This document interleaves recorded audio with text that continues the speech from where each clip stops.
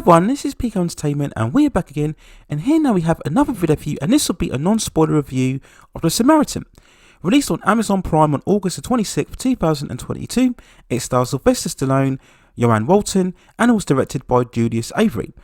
Now, the source material of The Samaritan was adapted first into a set of Mythos Comics graphic novels created by Mark Owens and Renzo Podesta.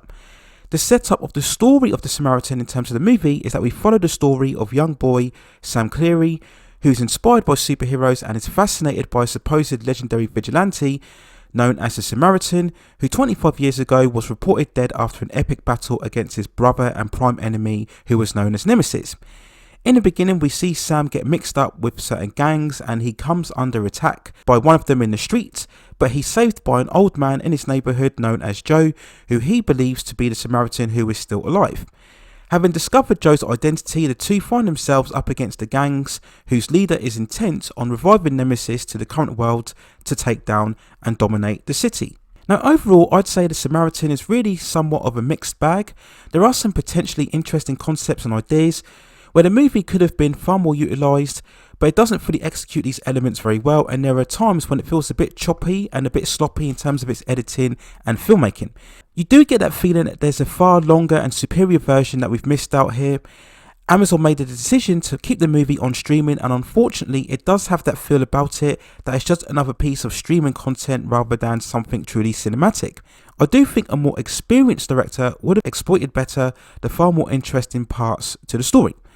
Now, there was some anticipation in seeing Sylvester Stallone's first entry into the superhero genre, but towards the end especially, it feels far more like familiar territory, like what we've seen recently from the actor in terms of the Expendable films and also Rambo Last Blood. Now, in terms of his overall performance, I think Stallone handles himself very well. He still looks the part mostly. He's convincing enough in all of the fight sequences that we see against the gangs in the first half of the film.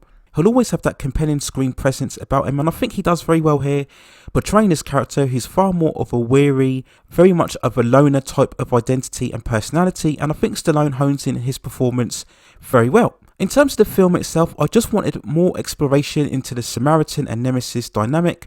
Why exactly are they enemies? Why is Nemesis so driven to destroying the city?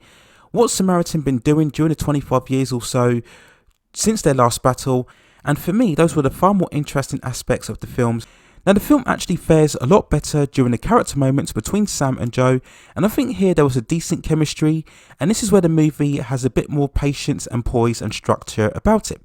Now, tonally, yes, there's a whole mixture of movies that we've seen previously from the likes of Shazam, Unbreakable and Blade, in terms of how the movie looks and certain action sequences.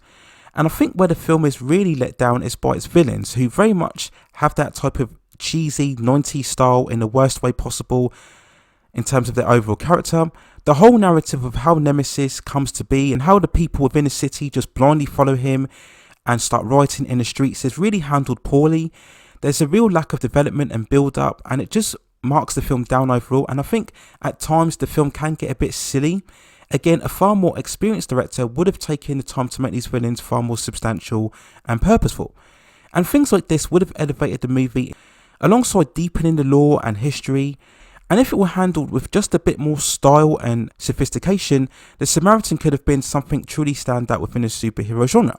But as it plays up, it just ends up being a very passable derivative entry. It's not terrible, and I think Sylvester Stallone is very good, and I think it's good to see him in something outside of the Rocky and Rambo movies, and I think he still shows at his mid-70s that he's still got what it takes in order to perform in front of the camera.